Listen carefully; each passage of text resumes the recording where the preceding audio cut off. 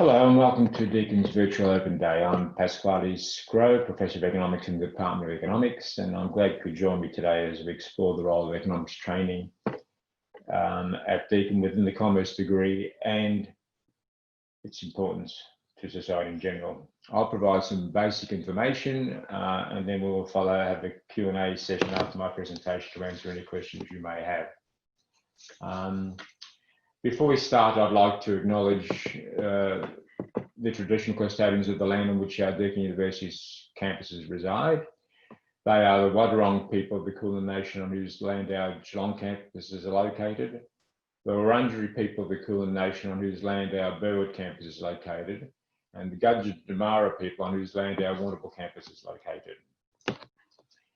A bit about the Department of Economics. The Department of Economics is in the top 3 in Victoria and the top 8 in Australia. It's also top 5 worldwide. This is a REPEC ranking. REPEC is an international ranking organisation. What is economics? Well, economics is often not well understood. Its primary focus is really on the well-being of the population, or if you like, the consumers.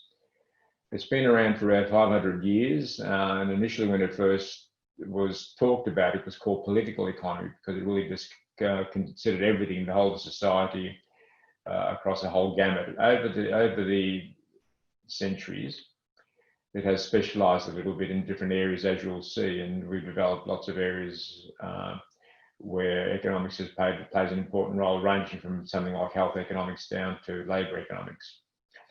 What we do is basically we identify problems and we try to work out options for individuals, firms, governments and global levels. That is, we look at problems, identify the various solutions and then the implications of the various solutions. It may be that some solutions are feasible, but in terms of the costs may be too high, or the costs may be borne by one sector of society only, etc. So part of the role of economists is to identify the actual options and the choices that politicians and governments and firms have to make and the costs of making those particular choices. And in the process, of course, you also get involved in policy development, as you would expect. Why study economics? Well, there's lots of opportunities for students for employment. Also, I think that really economics is something which, or some economics is really important in just navigating day-to-day life. But what we really try and do is we're really trying to train students, future employees, to be able to analyse a problem, then model it, and then come up with some answers. The skill is really in the analysis, coming up with a problem, and then actually modelling and coming up with the options and then giving advice on the options. So we're identifying the options and what the various costs are. Now, those particular options, as you can appreciate, would be more relevant in a post-COVID-19 world, where there may have been some structural changes within the economy in terms of firms going out of business or some structural change. So being able to navigate the global challenges is really, really important, and clearly economics has got something to say about that. It's also a valuable support discipline for a wide range of courses. You'll find students tend to specialise in more than one area, and a good combination of, say, economics and finance or economics and accounting, etc. And the idea, of course, is the skills, some of the skills you learn in finance and economics are complementary. And in fact, we offer some of the units that are in the finance major as well. So it's a good combination of units that students would choose. Applications, as I said before, the discipline has been around a long time. And so some of the branches of economics that have developed over the years include, as I said, health economics, environmental economics and sustainability, particularly relevant in a climate change environment. International trade, again, limited at the moment because of the international borders, but once this virus is over and done with, hopefully then we'll get back to some sort of normal and back to international trade. And for an economy like Australia, international trade is extremely important. Economists also get involved in economic development. They give advice to developing economies on the sort of structure they should have, what industries they should develop, what sort of resources they can exploit, etc. And of course, agricultural economics is an obvious one, which is relevant to economic development in most cases, but also relevant to Australia. Overview. The Bachelor of Commerce is a 3-year degree, 24 units. When you come in your first year, you have to do 8 compulsory units, and the idea is you sample all these disciplines. So you do some management, some marketing, some economics, some statistics, etc. And then in your second year, you decide what you want to major in. So you decide, in fact, that you might want to major in finance, or you might want to major in economics. The way to come into the program is 2 ways. One is as a school leaver, and there what's relevant is your ATAR scores, and that gives you the more recent ATAR scores that got you into the various campuses at Deakin. That's one way. The other way, of course, is non-school leavers, and this tends to be more important over time.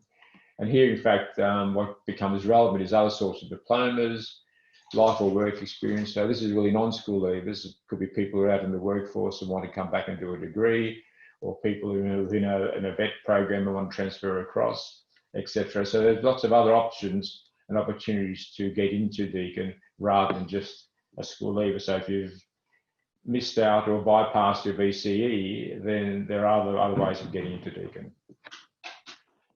The program or the major in the Bachelor of Commerce is set out there, and basically the idea is simple. The economics principle is a core first year unit, so that's one of the compulsory ones that you get to experience at first year. And then if you decide to do an economics major, these are the sorts of units you'll have to do in your second and third year. And as you can see, they cover a whole gamut of things. They cover things at firm level, national level, a bit of strategy, and of course a bit of quantitative stuff in analytical methods. If you've got quantitative skills, good. If you haven't got them, then you'll learn them here. So don't panic. You'll need some quantitative skills to do the analytical methods, but you'll be taught those, so don't panic. Then in third year, you do some national policy and more techniques. And of course, you can choose a number of other areas if you want to specialise as part of your 8 units. So you can do labour and health economics or the environment, etc. So this is your 8-unit economics major. So you do your first year unit, which is compulsory, and then you have to choose 8 units here, and you get some choice in the third year. Food and agribusiness major. This is another major we offer, which is a recently developed one. Originally developed for the Warrnambool area because there was pressure or demand from the farmers and the, if you like, the down market businesses that went on from farming, but now it's available online and it's available anywhere. And as you can see, it really emphasises the notion of agribusiness, and it's trying to professionalise a bit more the farming sector, so that farmers, as well as the people who try to sell the farming product and the downstream organisers, etc., have some skills to try and improve the actual, both the performance of farming, but also the business end of the farming bit to sell their products, etc.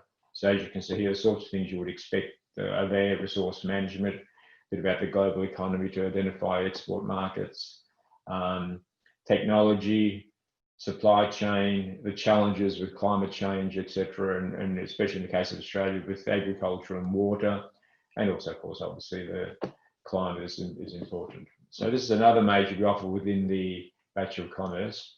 We also, as well as offering majors, offer minors. That is, students tend to combine majors with minors.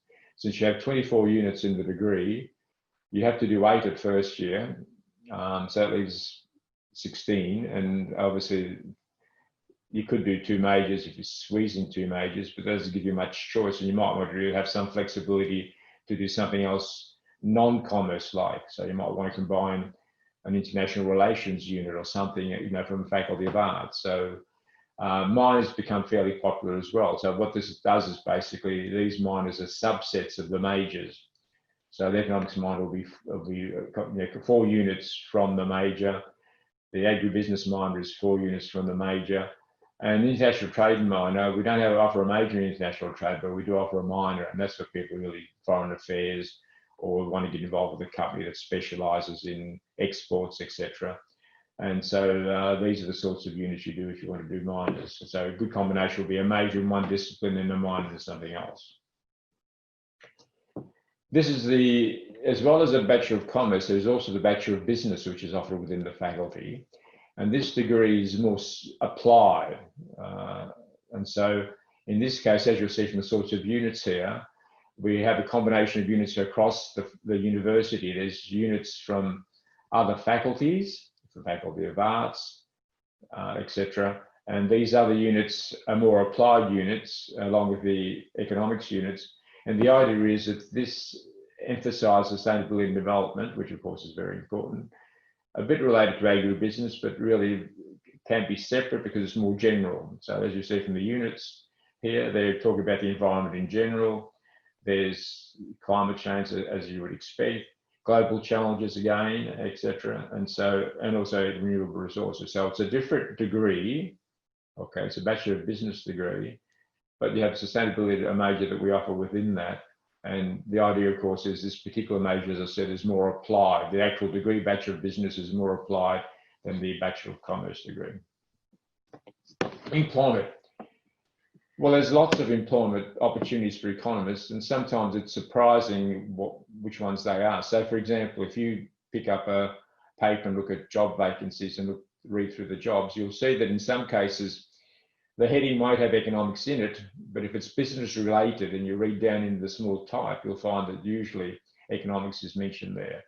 In other words, it's regarded as sort of a very useful discipline because it trains you to think analytically, which of course, if you think about that for a moment, that it could apply to any occupation you choose, just to be able to think analytically and be able to abstract and model to sort of, if you like, identify what is really driving the actual problem and trying to come up with solutions. But in, the more obvious ones are here. There's the finance industry, consulting, in the energy, environment, sustainability area.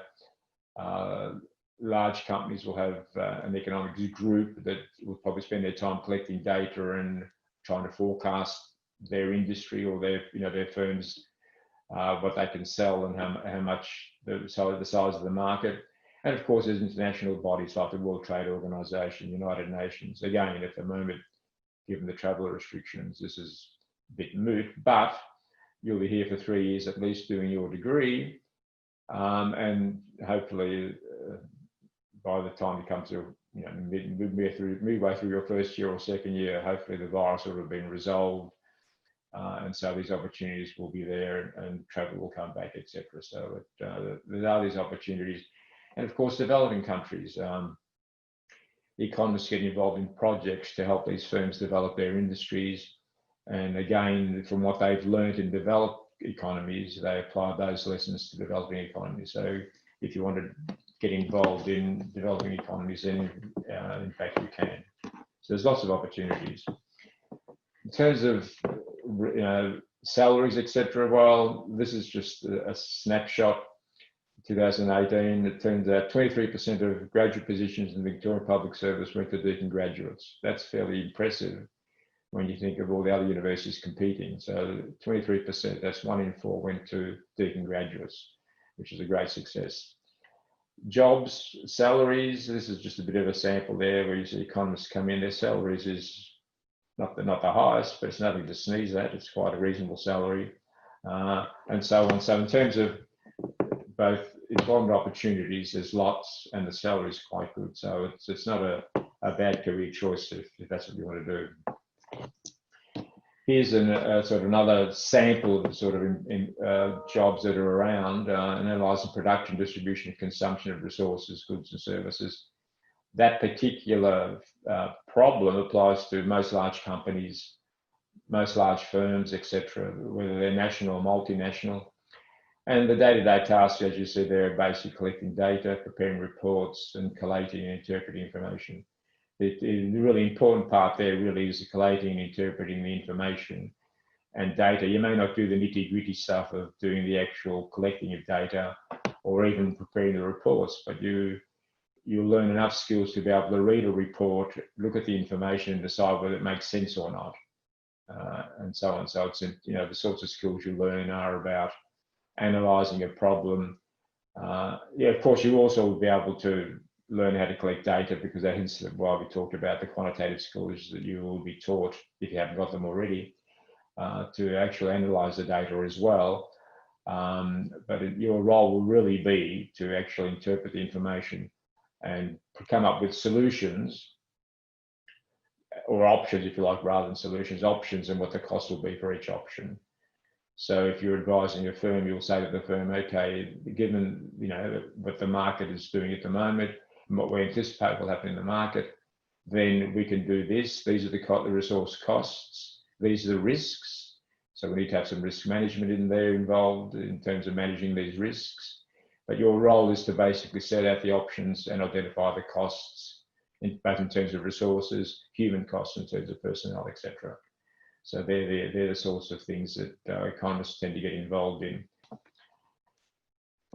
This is fairly important. This is really talking about other sorts of things. If you think about it for a moment, lots of universities produce commerce graduates.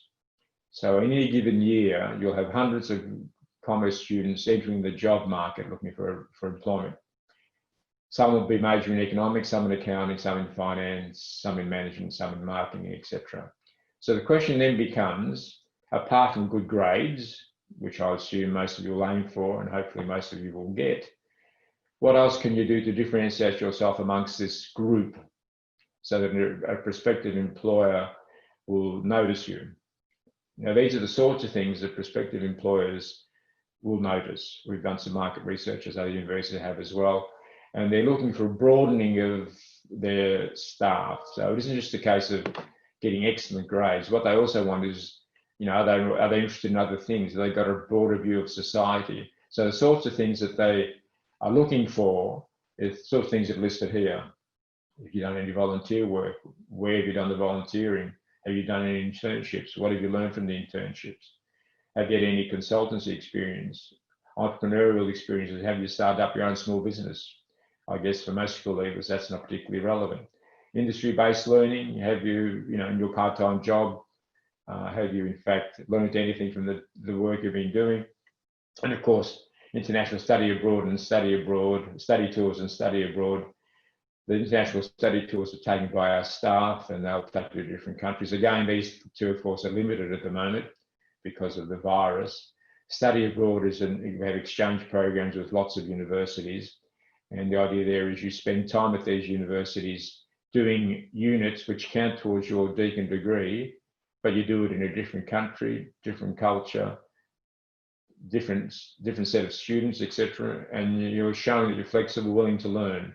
And for these sort of programs, the university provides grants, travel assistance, etc. Deakin Accelerate, this is quite an interesting program. The idea here is that during your VCE, you get the opportunity to do university units. And these units, if you do them at the university, you attend lectures at the university, although clearly at the moment you'd be doing them online. But I guess for next year you'd be doing them online because of the virus. But the idea is you do those units, and the marks you get for those will boost your ACAR scores. So what you do is you get an experience of, if you like, the type of work you get to do at university. You also get an experience of the subject matter. Okay, so for example, we offer economic principles in the global economy. So it gives you an idea of the sorts of, supposing you're entertaining an economics major, this will give you an idea of the sort of work you'd be doing in an economics major, and it may do one of two things. It may convince you that that's what you want to do, or it may convince you that in fact that's not for you, etc. So that's useful information, good experience. If you want to get involved in this, you really have to approach your careers teacher, and then your careers teacher approaches a headmaster, and your headmaster then negotiates with the university to be part of this particular program. But it's free, whereas, as you know, once you come to university, it says it's not free, but these particular units are free. Pathways, well, this is really, I've really been talking about this. There are lots of different ways of coming to do economics at Deakin, or coming to Deakin in general. You can come through, obviously, the school leaver program. You can come through non-school leaver, through the TAFE area and diplomas and work experience. It can also come from other universities if we get students transferring from other universities to us and vice versa. Student services, these particular things are fairly standard. Most universities have that, but there's again a very important, there's a bit like the before value adding to your degree, so you stick out from the rest of the graduates. What we provide, of course, student clubs, graduate recruitment service, I'll say a bit more about that in a minute. We have a mentor program when you come in your first year, we allocate a second or third year student. They get allocated about, I think it's 10 to 12 students each. And the idea is that those particular mentors become your go-to person for any problems, whether they be academic, financial, or personal, and they will help you. And if they can't help you, they will know where to refer you to. Now, this is useful. It's good for those students to get the experience of mentoring. It looks good on their CV. Plus, when I've talked to them, they've enjoyed the experience anyway. And it's good for students who come in their first year, in case they have issues or get lost or whatever, then these mentors are there to help them. And more importantly, once you've gone through this mentoring process, when you get to your second and third year, you can volunteer to be a mentor as well, which again is something which, another string to your bow, etc., because it adds to your marketability and employability. So it's useful. It's enjoyable as well, of course, which is nice. It's always nice to have something which is both enjoyable and good for you in an employability sense. If you have problems with any, like, financial, medical, all these sorts of issues, they are available. We have bodies on the campus that are available there to help you. So part of the question is really asking. If you have a problem, you ask, and there will be someone who can help you. There's nothing worse than having a problem, not talking to anyone, and letting it stew, and then the problem gets bigger and bigger and bigger and leads to other issues. So it's important that these particular, they're available first of all, but also it's important that you're aware of it so you can approach these people for help. These are really general things about Deakin. First of all, the important thing here is all courses are available in an online study. This becomes important because obviously in the present circumstances, it's ideal, but also further down the line when even if you're a full-time on-campus student, situations may change. You may get a part-time job or you can't attend the lecture time, etc. And the information is available online, so you can transfer for both face-to-face to online and backwards and forwards. So it's a good option for you that we've been providing online courses for about the last 40 years. So we're pretty good at it and we know what we're doing. Other sorts of features here, of course, is, as you would expect, there's free software available for anything you need. There's a good library. And of course, also we try and help you with internships and work integrated learning opportunities. The work integrated learning opportunities is the idea that you're working for a particular firm at a part-time job. And again, the sort of project you can work on, we can get that back to a university unit. And so the work you're doing there can count as part of your degree. So as I said before, it's not quite double dipping, but it's like two things you gain. One, you gain the experience, which looks good on your CV, and you find it hopefully interesting as well, but it also counts towards your degree. Why choose Deakin?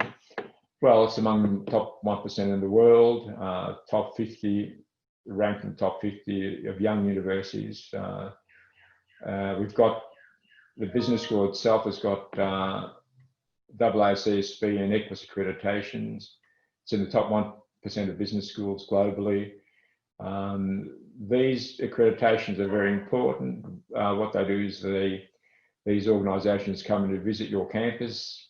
You first of all put in a submission and there's all these sorts of information you give them. They then visit your campus for about 3 days, talk to staff, to students, talk to employers who hire your graduates.